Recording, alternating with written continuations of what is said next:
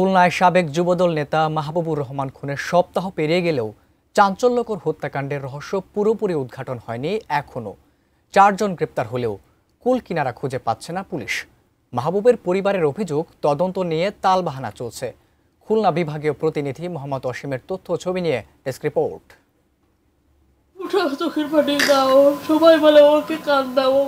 মায়ের পাশে নির্বাক তাকিয়ে 12 বছর বয়সী শিশু জান্নাত ও 9 বছর বয়সী মাওয়া। স্বামীকে হারানোর বেদনা, বিচার এবং ছোট্ট মেয়ের ভবিষ্যৎ নিয়ে দুশ্চিন্তায় স্ত্রী।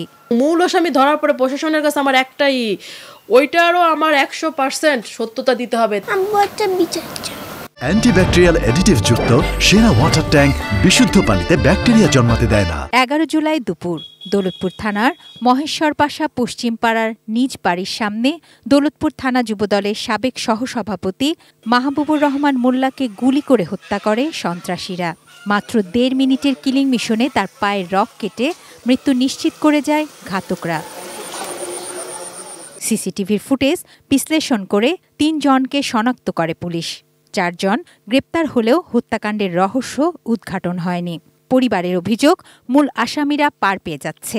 যে গডফাদার, যার দ্বারা টাকা দিয়ে মারা হয়েছে, তার যেন সঠিক বিচার হয়। প্রকৃত খুনিদেরকে সামনে এনে দৃষ্টান্তমূলক শাস্তি দাবি করছি। পুলিশ কর্মকর্তারা বলছেন, আধিপত্য বিস্তার, দলীয় কোন্দল, চাঁদাবাজি, মাদক ব্যবসা, চরমপন্থীদের সঙ্গে সম্পর্ক, কুয়েটে সংঘর্ষের ঘটনাসহ বিভিন্ন দিক মাথায় রেখে তদন্ত চলছে। আসামিও শনাক্ত করা গেছে। মূল যারা জড়িত, আপনারা দেখেছেন যে একটি সিসি ক্যামেরা ফুটেজ আমরা পেয়েছি, সেখানে 3 জনকে মোটরসাইকেলে যেতে দেওয়া হয়েছে। আমরা তাদেরকে আইডেন্টিফাই করতে পেরেছি। মাহবুবুর রহমান মোল্লার বিরুদ্ধে দৌলতপুর সহ বিভিন্ন থানায় মাদক, মারামারি সহ বিভিন্ন অপরাধে 8টি মামলা রয়েছে।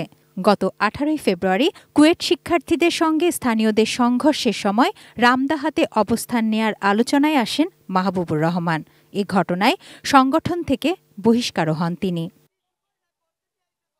তুনাজ জিনা তনু, ডেস্ক রিপোর্ট, ATN নিউজ।